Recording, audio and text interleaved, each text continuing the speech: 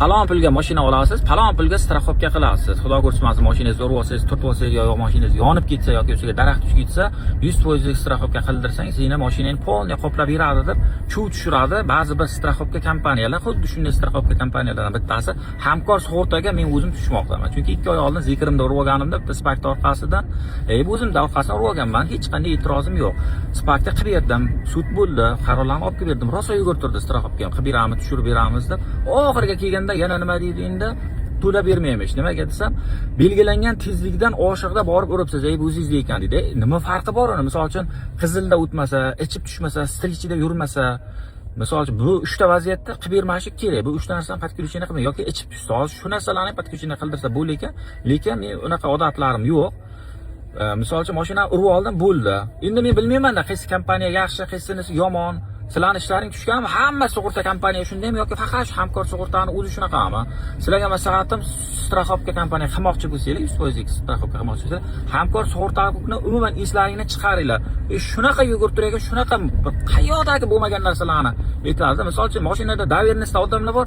Доверенностьdagi odam haydayotgan, uni siz nimaga kiritib qo'yishingiz kerak? Sug'urta kompaniyasiga kelib, mashinani men bu odamni ham haydaydi deb aytib qo'yishingiz kerak, ogohlantirib ariza berib qo'yishingiz kerak deydi. Nima farqi bor uni?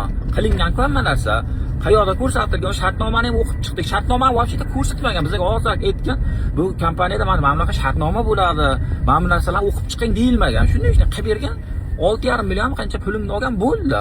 Endi meni urib olgandan keyin 2 oy o'tib qancha yugurtirib qildi. Bunaqa qilmanglar, sudga beraman.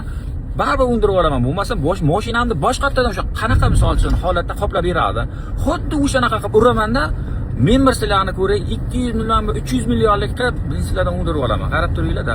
Xuddi o'sha sizlar qanaqa ursa qoplab beray aytasizlar. Xuddi o'shanday qilib uraman endi mashinani. Endi biz mashinani ichidamiz-ku. Hali ham zapchastlarni o'zini ta'nida, xizmatlarni ham kelishtirib o'zimizning qo'limizda bo'lgani uchun shunaqa qilib hisoblaganman-da. Bo'lmasa mana bir xilla keladi. Misol uchun $1000lik narsani $1,500 страховкаga yozdir deydi. Chunki oxirida qanchadir pul olib qoladi deydi. 93 million chiqqan ekan, 82 milliondir chiqarib berish kerak. Chiqarib beringlar, baraka topdirlar. Urib oldim, Sparkda bo'ldi, hech qanaqa muammo yo'q. Ichganim yo'q, hamma narsa dokument joyida. Sizlarni ogohlantirdim, 72 soat ichida qilish kerak ekan o'sha ishlarni. Qildik. O'zlaring kelib ko'rib ketdinglar. Bo'ldi, oxirgi 2 oy yugurtirdinglar. Endi meni pasholda bor edim, bor mana shunaqa narsa bo'lganda.